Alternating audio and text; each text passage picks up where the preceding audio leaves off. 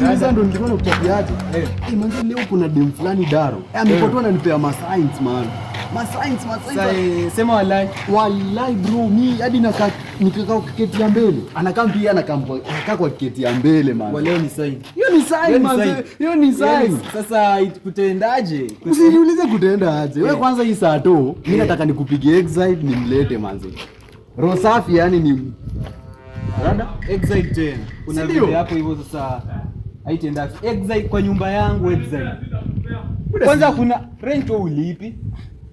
Mwisho kulipa rent ilikuwa lini? Buda si nilikwambia wazae. Nyumba yangu. Wazae walisema watanipanga juu hii. Kwanza hadi utama siku gani kwanza? Jua kuna kitu yenye unafanya. Chakula ni mimi. Rent ni mimi.